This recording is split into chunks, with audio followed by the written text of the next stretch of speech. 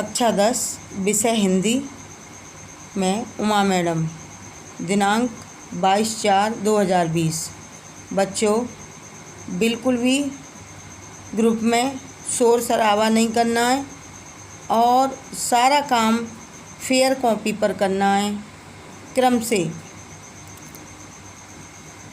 जिससे उस नोटबुक को हम चेक करेंगे और ग्रुप में किसी तरह का भी शोर शराबा नहीं होना चाहिए।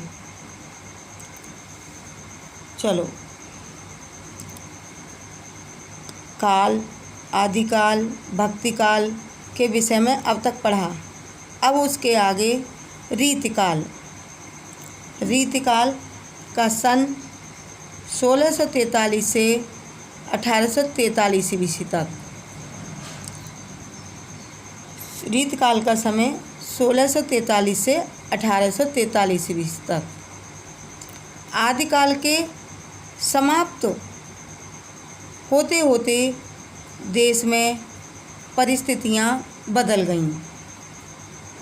तभी भक्ति का जन्म हुआ। कृष्ण और राधा की भक्ति के आलम्बन थे, वे अब श्रृंगार के आलम्बन बन गए। किसके आलम्बन? श्रृंगार के आलम्बन बन गए। तभी कवियों का ध्यान साहित्य शास्त्र की ओर गया और रीतिकाल का जन्म हुआ। रीति का अर्थ। रीति का अर्थ काव्य शास्त्र के विभिन्न अंगों, रस, ध्वनि, अलंकार, गुण दोष, नायिका भेद आदि हैं। रीति का अर्थ काव्य शास्त्र के विभिन्न अंगों, रस, ध्वनि, अलंकार, गुण दोष, नायिका भेद आदि हैं। अब रीति ग्रंथ। रीति ग्रंथ जिन ग्रंथों में काव्य के इन अंगों का वर्णन किया जाता है। अब अंग कौन कौन से? रस, ध्वनि, अलंकार, गुण दोष आदि का वर्णन किया जाता है, उन्हें रीति ग्रंथ कहते हैं। उन्हें रीति ग्रंथ कहते हैं।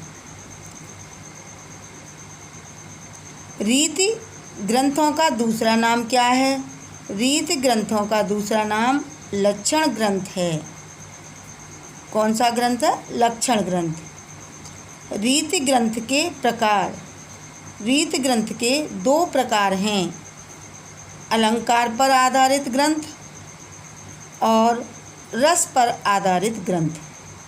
तो पहले ग्रंथ अलंकार पर आधारित हैं, दूसरे ग्रंथ रस पर आधारित हैं।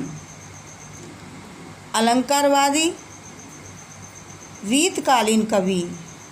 अलंकारवादी रीतकालीन कवि केशव, भूषण और राजा यशवंत सिंह हैं। रसवादी कवि मतिराम, देव, पद्माकर, भूषण, गोरेलाल और सूदनवीर हैं। रीतकाल की प्रमुख कवि और रचनाएं। रामचंद्र का कविप्रिया केशवदास। शिवराज भूषण, शिवा बावनी, छत्रसाल दशक, भूषण। रसराज ललित ललाम, मतिराम। सतसई बिहारी। जगत विनोद, गंगा लहरी, पद्माकर। ये रीतकाल की प्रमुख रचनाएं और उनके रचनाकार थे। रीतकाल की विशेषताएं। रीति ग्रंथों का निर्माण। श्रृंगार रस की प्रमुखता।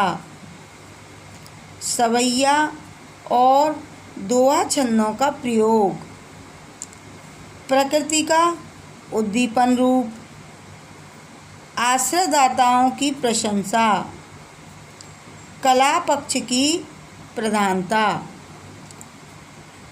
कला पक्ष की प्रधानता